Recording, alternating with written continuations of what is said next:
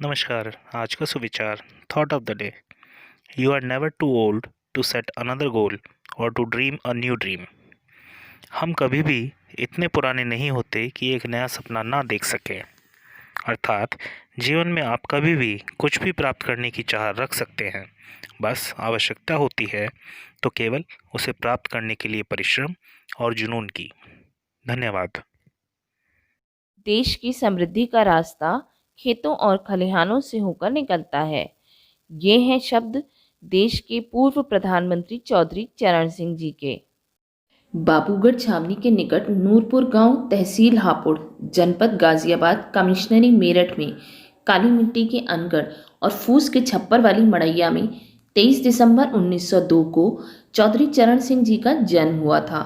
चौधरी चरण सिंह के पिता चौधरी मीर सिंह ने अपने नैतिक मूल्यों को विरासत में चरण सिंह को सौंपा था। चरण सिंह के जन्म के 6 वर्ष बाद चौधरी मीर सिंह सपरिवार नूरपुर से जानी खुर्द के पास भूपगढ़ी आकर बस गए थे। यहीं के परिवेश में चौधरी चरण सिंह के नन्हे हृदय में गांव गरीब किसान के शोषण के खिलाफ संघर्ष का बीजारोपण हुआ। आगरा विश्वविद्यालय से कानून की शिक्षा लेकर 1928 में चौधरी चरण सिंह ने ईमानदारी, साफगोई और कर्तव्य निष्ठापूर्वक गाजियाबाद में वकालत आरंभ की। वकालत जैसे व्यवसायिक पेशे में भी चौधरी चरण सिंह उन्हीं मुकदमों को स्वीकार करते थे जिनमें मुवक्किल का पक्ष न्यायपूर्ण होता था। कांग्रेस के लाहौर अधिवेशन 1929 में पूर्ण स्वराज्य उद्घोष से प्रभावित होकर युवा चरण सिंह ने गाजियाबाद में कांग्रेस कमेटी का गठन किया। 1929 में ही चौधरी चरण सिंह मेरठ आ गए। मेरठ आने के बाद इनकी शादी जाट परिवार की बेटी गायत्री के साथ संपन्न हुई। गायत्री देवी का परिवार रोहतक जिले के गढ़ी ग्राम में रहता था। यह वह समय था जब देश में स्वाधीनता संग्राम तीव्र गति पकड़ चुका था। चौधरी चरण सिंह स्वयं को देश की पुकार से अलग नहीं रख पाए। उन्होंने वकालत को त्याग कर आंदोलन में भाग लेने का मन बना लिया। 1930 में महात्मा गांधी द्वारा सविनय अवज्ञा आंदोलन के तहत नमक कानून तोड़ने का आह्वान किया। आज़ादी के दीवाने चरण सिंह ने गाजियाबाद की सीमा पर बहने वाले हिंडन नदी पर नमक बनाया। परिणाम स्वरूप चरण सिंह को 6 माह की सजा हुई। जेल से वापसी के बाद चरण सिंह ने महात्मा गांधी के नेतृत्व में स्वयं को पूरी तरह स्वतंत्रता संग्राम में समर्पित कर दिया।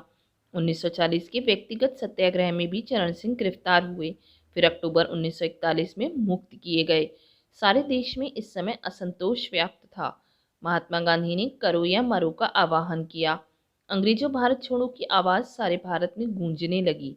9 अगस्त 1942 को अगस्त क्रांति के माहौल में युवक चरण सिंह ने भूमिगत होकर गाजियाबाद, हापुड़, मेरठ, मवाना, सरथना, बुलंदशहर के गांवों में गुप्त क्रांतिकारी संगठन तैयार किया।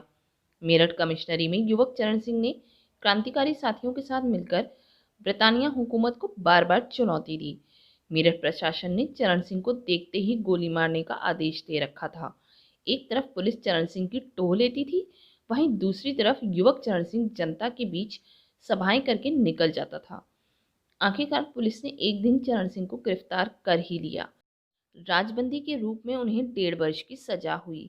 जेल में ही चौधरी चरण सिंह ने शिष्टाचार नामक पुस्तक लिखी, जो कि भारतीय संस्कृति और समाज के शिष्टाचार के नियमों का एक बहुमूल्य दस्तावेज है।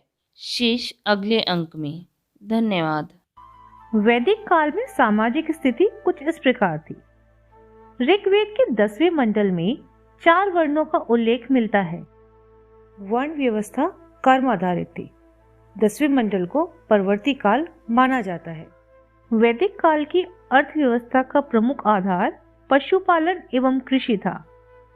ज्यादा पालतू पशु रखने वाले गोमत कहलाते थे। राजा को जनता स्वेच्छा से भाग नजराना देती थी।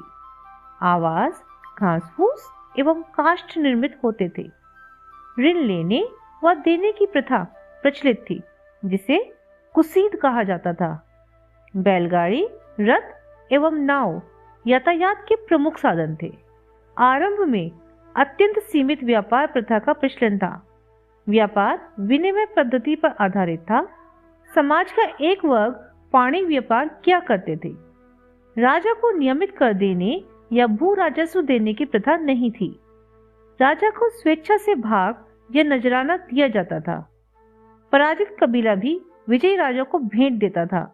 अपने धन को राजा अपने साथियों के बीच बांटता था।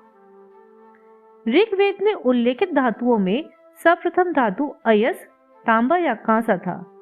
वे सोना एवं चांदी से भी परिचित थे, लेकिन ऋग्वेद में लोहे का उल्लेख नहीं है। ऋग्वैदिक काल के उद्योग घरेलू जरूरतों के पूर्ति हेतु थे। बढ़ई एवं धूकर का कार्य अत्यंत महत्वपूर्ण था। अन्य प्रमुख उद्योग वस्त्र, बर्तन, लकड़ी एवं चर्म कार्य था। स्त्रियां भी चटाई बनाने का कार्य करती थी।